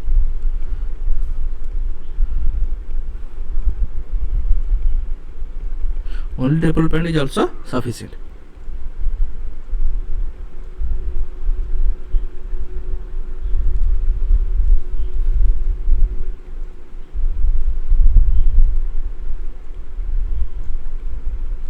This is the standard fixed point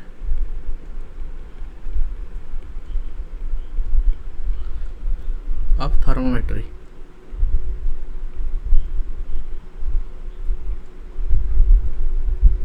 Okay. So next question. Which of the following gives the mechanical efficiency of the engine? Okay. This is very simple, direct question. Okay. As answer is obviously D. Okay. That is mechanical efficiency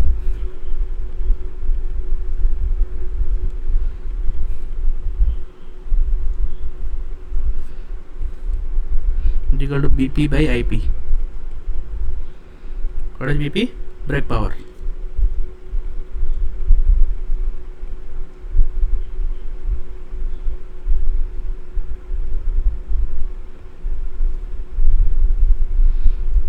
What is IP? Indicated power.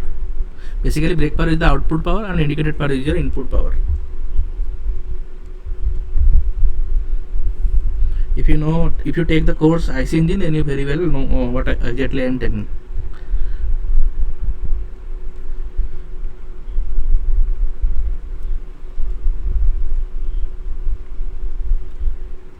Okay, next question.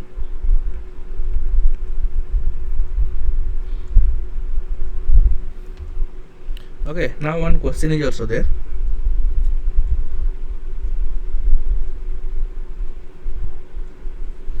A refrigerator with a 2 kilowatt motor for powering the compressor gives 6000 kilojoule of cooling to the refrigerator space during 30 minutes of operation in a thermally insulated kitchen.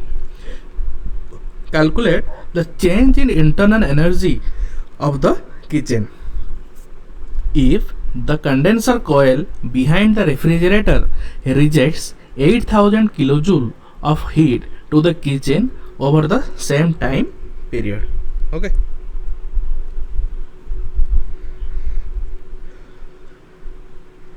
So now this question is very tricky. Okay, so some of the people will think, oh, okay, here in this question one 6000 kilojoule is there and one 8000 kilojoule is there. Okay, so when there is two means works means heat dissipations are there. Sorry, one compressor power is there. Okay, and one heat dissipation is there. Okay, so maybe you will think that means, for example, here 6000 kilojoule of heat is there and 8000 kilojoule is the, one is the input and one is the output. Okay, so in this kind of question somebody will think of as a it's we can very easily apply the second law of thermodynamics. Okay, which is absolutely wrong approach.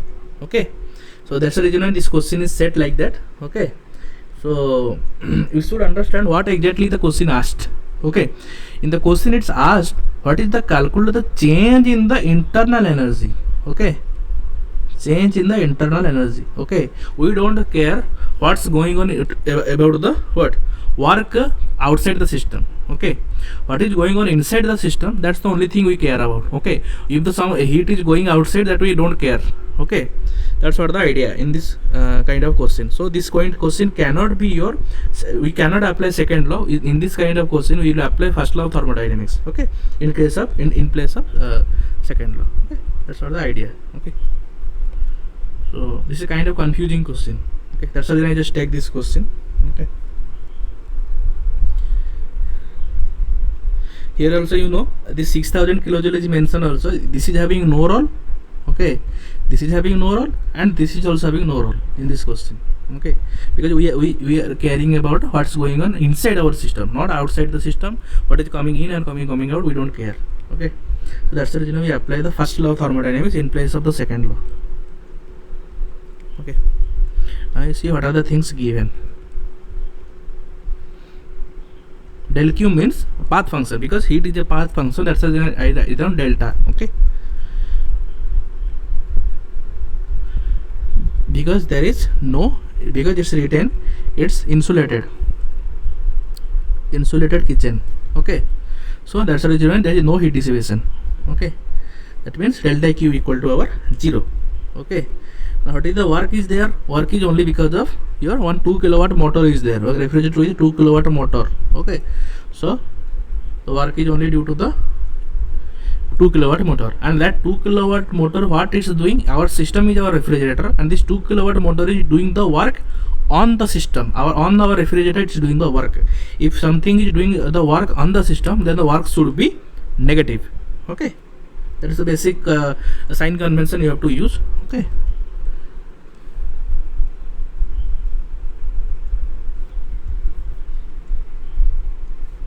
sorry, also work is also path function. Okay,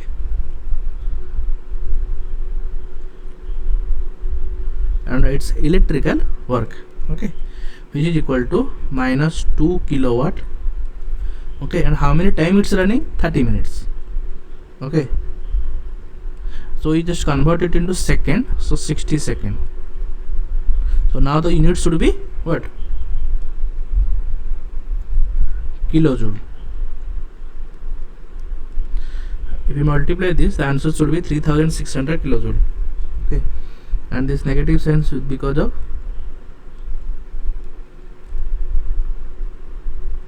work done on the system. Okay, now we apply first law.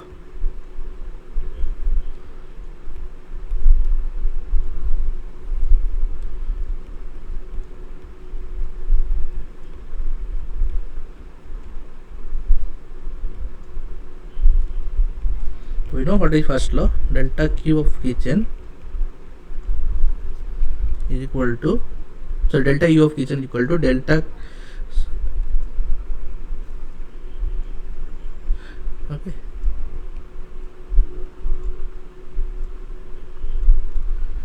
okay, del Q of kitchen, because internal energy a point function and heat and the work are the path function. That's why I differentiate with the different notation of one is delta, one is del or delta, like that. Okay, so which is equal to 0. Okay, I already saw because it's a insulated.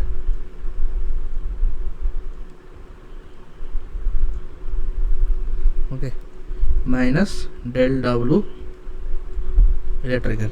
Okay, okay, so now what is the answer? Minus of minus 3600 kilojoule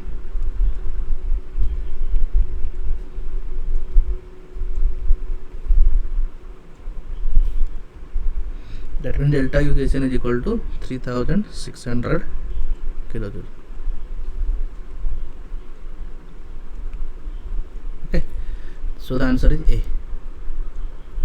Okay,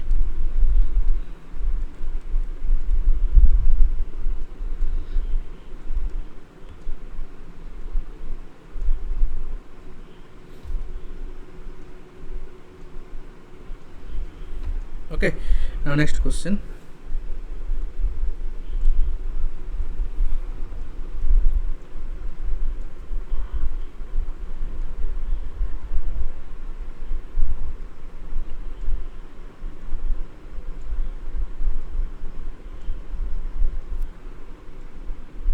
Okay, so heat flow into a system is dash and heat flow out of the system is dash. Okay, very simple. Okay, if heat is flowing into the system, it's always positive. If heat is going out of the system or heat rejection, that is always negative. Okay, I just show it on with one very good symbolic diagram. It will be very good, easy to remember. Okay,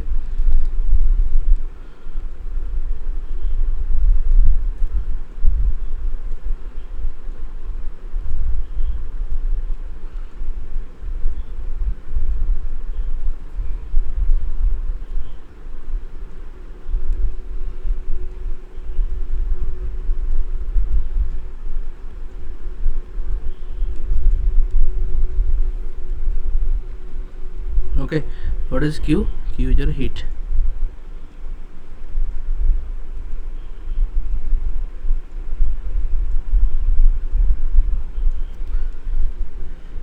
Okay, why it is so? Why it will positive and negative? This sign convention people are taking. Okay, so because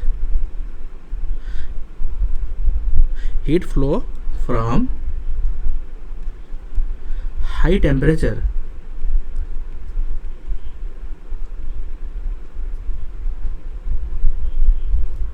system to low temperature system. That's the reason this kind of sign convention are used. Okay, the answer is D.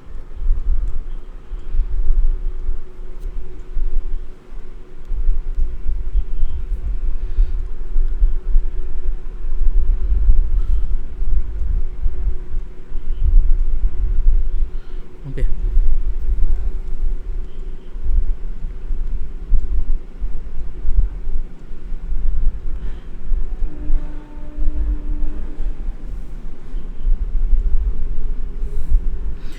okay. In which of the following system does the mass transfer occurs across the system boundary? Okay, which kind of system is there where there is mass transfer is there and which is occurring at the boundary? The answer is very simple, which is what? Of open system. Okay, open means mass will enter. Okay, that's what the idea.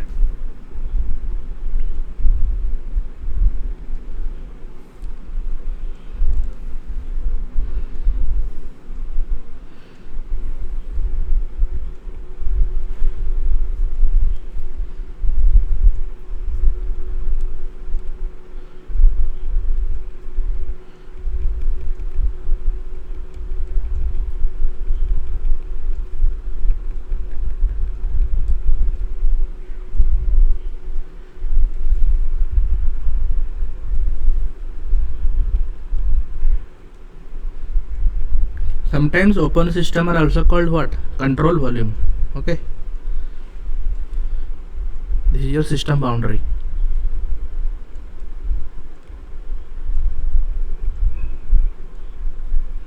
Okay, and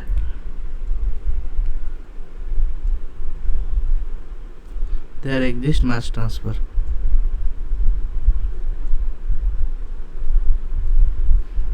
Okay,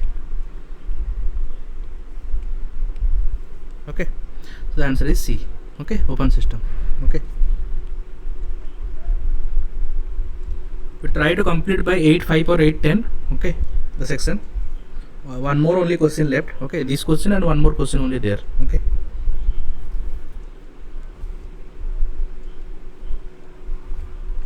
a cylinder piston contains 1 kg methane gas at 100 kilopascal and 20 degree Celsius. The gas is compressed reversibly to a pressure of 800 kilopascal. Okay, what is the work required if the process is isothermal? Okay, so now in the question it's already mentioned process is isothermal. Okay, so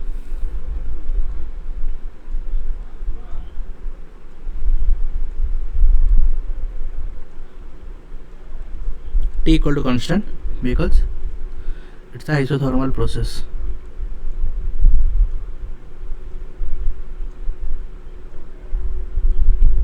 Okay, so you know very well if the temperature is constant. Okay, and you know very well what is U. Okay, internal energy U is equal to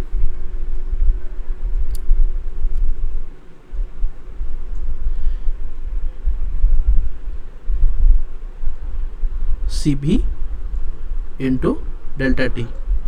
Okay, or more precisely if you write down, if it is in joule, okay, mCv dt. Okay, m is constant, Cv is constant. Okay, so U is directly proportional to your what? dt, and T is also constant. If T is also constant, U is it's also del U or dt, du, whatever you can write down. Okay, because it's also a point function. Okay, so it's also du. Okay, so du is proportional to dt. Okay, if T is constant, that means dt will be 0.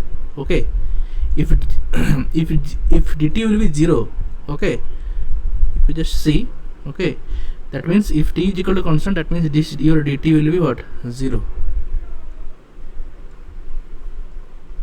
Okay, so if dt will be 0, that means what? Let the initial part will be u1 and the final part will be u2. That means u1 is equal to u2. Okay, initial state is 1 or final state will be 2, then u1 equal to u2. Okay, so or du is equal to 0. Okay, that's not the idea. Okay, so now just now very simple. This is very simple question. We can very easily know here nothing is there. Okay, no, there is only one pressure is there and one piston cylinder arrangement is there. Okay, so if nothing is, and in this kind of question, okay, when there is no work, means heat transfer, work transfer, nothing is there, just directly you just choose as the first law. Okay, don't worry about anything, just directly put the first law. Okay, and you know very well first law, and you know already delta E equal to 0. Okay, and delta E equal to what? I already show you here the first law. Okay, delta U equal to delta Q minus delta W. Okay, if delta U will be 0, that means delta Q and delta W will be same. Okay, here is something I mentioned wrong. Okay, here it will be delta because it's a path function. Okay, so that means delta W equal to what? So delta W equal to delta Q. Okay, so directly you just put. Okay, let it be 1 to 2 is the process. Okay,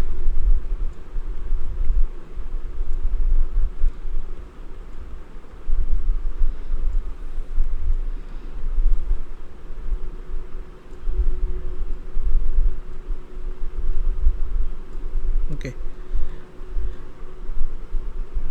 W 1 to 2 is equal to 1 means process 1 to process 2 or state 1 to state 2. Okay, equal to Q1 to 2. Okay, Okay, so now this isothermal process means importance now came into existence. Okay, so you know very well for the isothermal process what is the formula for your heat transfer. Okay, you know very well that this is equal to minus mRT. This is already means we know from the thermodynamics. This formula already there. Okay, minus mRT ln P2 by P1. Okay, why this negative sign came into existence? Because in the question it depends on compressed reversibly. Okay, that means some compressions are going on. If there is compression, that means the work should be what? Negative. Okay, so m minus, so this is the negative sign for compression. Okay, so just quickly put the values and then we have to, now one thing, what is R here? Methane is there. Okay, so methane here is methane is there. Okay, so methane is the gas. Okay, so you have to know what is the methane's either molecular weight, or if you know the specific gas constant, that is this R. Okay, R of the CH4, that is methane, is equal to 0. Sometimes it's given in the question. If it's not given, you should know from the universal gas constant, that is 8.314. Okay, kilojoule per kg kilomole Kelvin. Okay, and if you know the molecular weight of the your methane, you can easily find out this specific gas constant. Okay, which is RCH4 is equal to in kilojoule per kg Kelvin, or I think sometimes it's given in the question directly what is R of CH4. Okay, and what is the temperature? 20 degrees Celsius. So you just convert into Kelvin. 20 plus 273 equal to 293 Kelvin. Okay, and what is the mass? Mass given 1 kg. Okay, and what is the pressure? P1 equal to 100 kilopascal and P2 is equal to 800 kilopascal. Okay, so now what is W1 to 2? Okay, 1 into minus 0.51835, which is your R. Okay, into 293. Okay, is your temperature, into ln of P2 by P1. What is P? P2 800. What is P1? 100. Okay, so now what is W1 to 2?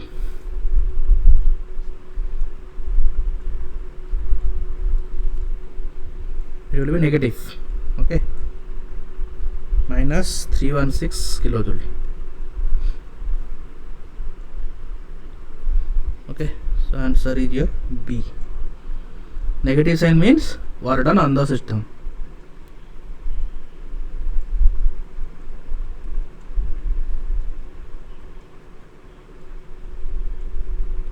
Okay, last question. Okay, the entropy of an isolated system can never be what? Okay, if it is isolated system, okay, you can very easily take the advantage, means take the example of our earth.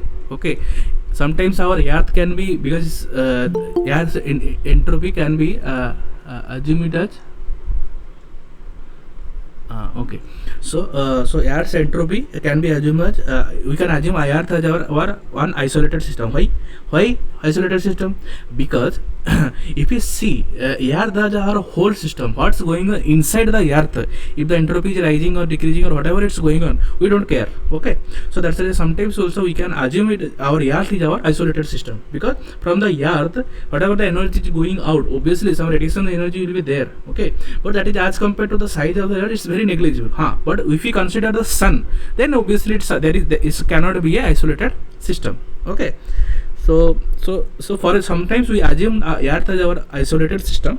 Okay, and for any kind of isolated system, you always remember entropy always increases, and if entropy always increases, that means for in general, if we see, it's always increase. Okay, but if we consider the process as a reversible process, then the entropy always should be what? Constant. Okay, so that's what the idea. Okay, so it depends on the which type of process you are telling. Okay, And if it is only telling in general, then you just consider it as what? Irreversible process. Okay. Sir, in that case, sir, it should never increase also if it's an isolated system, because neither mass is coming in nor mass is going out. Yes, correct. But the thing is, you see, actually that's what I am telling. When you are considering the system as the isolated system, then the mass is not going in, and or there is no energy transfer and there is no mass transfer. This is what the definition of your one isolated system. Okay. So but the thing is, we don't care, but in the case of entropy, we don't care about what's coming in or coming out. Okay. Entropy is a function of randomness. Okay. If there is any randomness in the system, means coming in or coming out, it is the function of that. Okay. If you see the also the what you call the function, means entropy's formula, it also can vary depending on the process. For example, if you see in the classes inequality one there, okay, then ds, the change in entropy is your del q by t. Okay. Sometimes this can be closed interval del q by t. Okay. And this expression only valid for your reversible process. Okay. If it is irreversible, it can be greater than.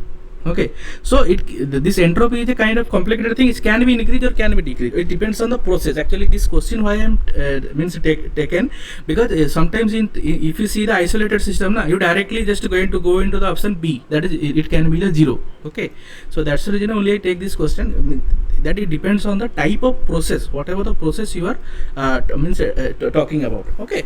So that's what the idea. Okay. So and you know, always means sometimes also you can tell that you see in the question what it's asked, the entropy of an isolated system can never be what? Okay. So whatever you are telling, it can be also what? 0. Okay. So that's what the idea. Okay. It can be also 0. When it will be 0? Okay. When the entropy will be 0, when the process will be what? Reversible. Okay. So so whatever you are telling, means if for a reversible process, it can be 0 or it sometimes also increase, but it can't be decrease. So that's what the idea. Okay. So means this is somewhat complicated question, but it depends on the type of process. Just one catch you have to remember. Okay. For any kind of entropy, if there is entropy, this word is mentioned. Okay. In general, if it is isolated system, you know very well there is no mass transfer and no energy transfer. That's you know very well. Okay. So that's the reason I only picked this question. Means what are the exceptional questions? That's only questions I picked. Okay. So where do you make the mistake? Okay.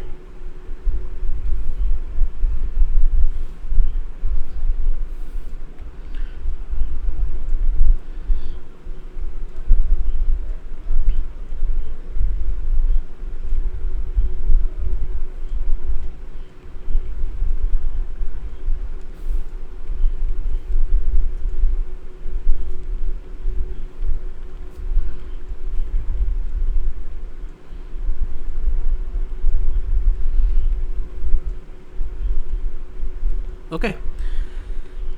So I think our section will be end. Okay. Okay. Thank you very much for attending the section. Okay. I will upload all these recorded lectures. Okay. In my one YouTube channel is there. Okay. There I will upload all these recorded lectures. Okay. In every weeks. Okay. I'll upload. Okay. And maybe next 1 or 2 days I will upload. Every means for example Saturday is there. Maybe Sunday or max Monday I will upload the video of this recorded video. Okay. This is my YouTube channel link. Okay.